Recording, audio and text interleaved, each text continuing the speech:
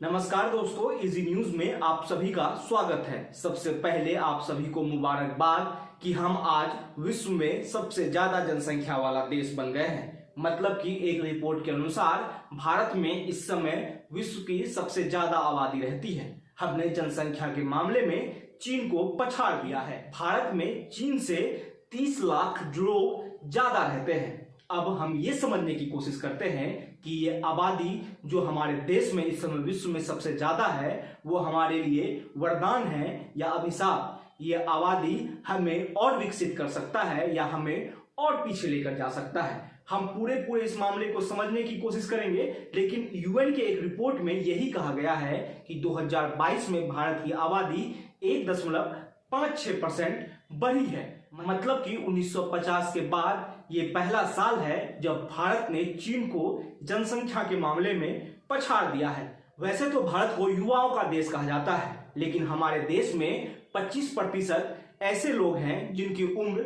14 साल से भी कम है। वहीं 25 साल से 64 साल की आयु वालों में से 68% लोग हैं। ये एक ऐसी आबादी है जिसे अगर यूटिलाइज किया जाए तो हम विकसित देश बनने से हमें कोई नहीं रोक सकता है। अब हम बात कर लेते हैं चीन के बारे में। आखिर चीन की जनसंख्या कम क्यों हो रही है? चीन में अचानक से बच्चों के पैदा होने के दर में कमी क्यों आई है? कहा यह जा रहा है कि पिछले साल में ये दर माइनस में चली गई है, जिसके कारण से ही भारत जहां पर 2023 के अंत में चीन से आगे निकलना था, ये 2023 की शुरुआत में ही ऐसा हो गया कि भारत चीन से ज्यादा जनसंख्या में आगे निकल गया है। हम चीन और भारत का कंपेयर नहीं कर रहे हैं, लेकिन जब हमारे पड़ोसी मुल्क जो कि विश्व के दूसरे नंबर वाली जनसंख्या है, तो ये समझना होगा कि चीन में ऐसा क्यों हो गया है और भारत को चीन से क्या सबक लेनी चाहिए। दरअसल चीन की आबादी बूढ़ी होती जा रही है। चीन का औसत उम्र भी बढ़ता जा रहा है। जहां हमारा औसत उम्र 22 से 25 साल के बीच में है, चीन में यही 28 से 30 साल के बीच में पहुंच जाता है। और चीन के लिए ये घातक भी है और भारत के लिए भी इस उम्र के लोगों को संभालना भी घातक है, क्योंकि इस उम्र के युवाओं को रोजगार चाहिए और अगर युवाओं को रोजगार उपलब्ध ना कराई जाए तो वो एक सरकार के लिए सिरदर्द बन जाता है। और यही इस वक्त देखा भी जा रहा है, क्योंकि हमारे देश में सरकारी नौकरी की चलन होती थी।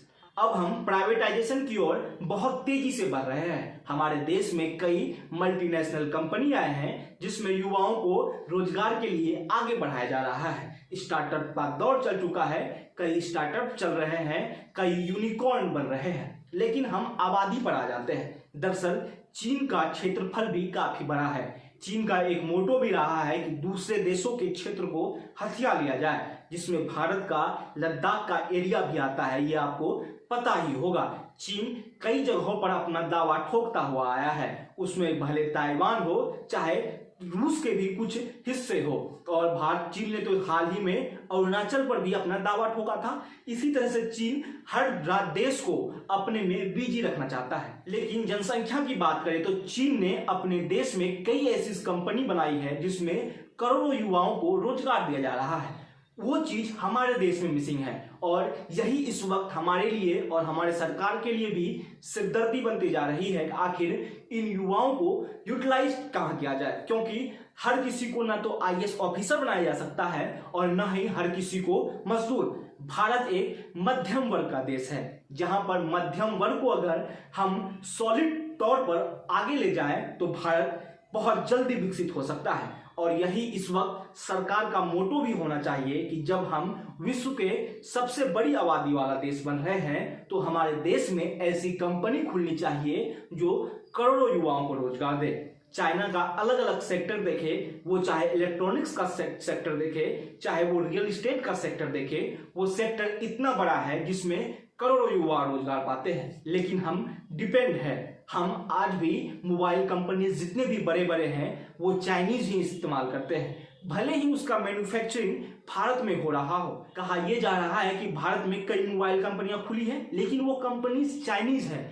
यहाँ के युवाओं को रोजगार बेशक मिल रहा है, लेकिन जब भारत में औसत सैलरी 10 से 15,000 के बीच हो तो हम अपने युवाओं को कौन सी जिंदगी दे पाएंगे। सवाल यही उठता है कि जब आपके देश में 142 करोड़ से ज्यादा का पॉपुलेशन है तो आप उन्हें यूटिलाइज कहां करेंगे। क्या हर किसी को मजदूर बनाकर रोड में काम के लिए लगाया जा सकता है। जैसा कि नितिन गडकरी कहते हैं कि हमने इतने लाख रोजगार क्रिएट किए। अब सवाल ये उठता है कि एक युवा जो ग्रेजुएट है, एक युवा जिसके पास डिग्री है, वो क्या मजदूरी कर सकता है। और हर कोई आईएएस नहीं बन सकता, हर कोई सरकारी नौकरी नहीं पा सकता। लेकिन हमारे देश की एक विडंबना ये भी है कि हमारे देश में तय सरकारी नौकरी के कोटे में भी नौकरी नहीं दी जा रही है, भले वो केंद्र सरकार की हो या अलग अलग राज्यों की, जहां पर कोटे तो खाली है, सीटें खाली पड़ी है, लेकिन वहां पर बहाली नहीं की जाती है, समय पर एग्जाम नहीं लिए जाते हैं, समय पर उनका रिजल्ट नहीं आता है, और अगर रिजल्ट आ भी जाए तो उसमें धांधली सामने आ जाती है। अब सवाल यही उठ रहा है कि भारत इस जनसंख्या को कहां यूटिलाइज करेगा, क्योंकि ये समय सतर्कता के साथ आगे बढ़ने की है। और अगर हमने यहाँ पर थोड़ी सी भी गलती कर दी तो हम एक ऐसे युग में चले जाएंगे जहां पर संभालना इस देश को मुश्किल हो जाएगा।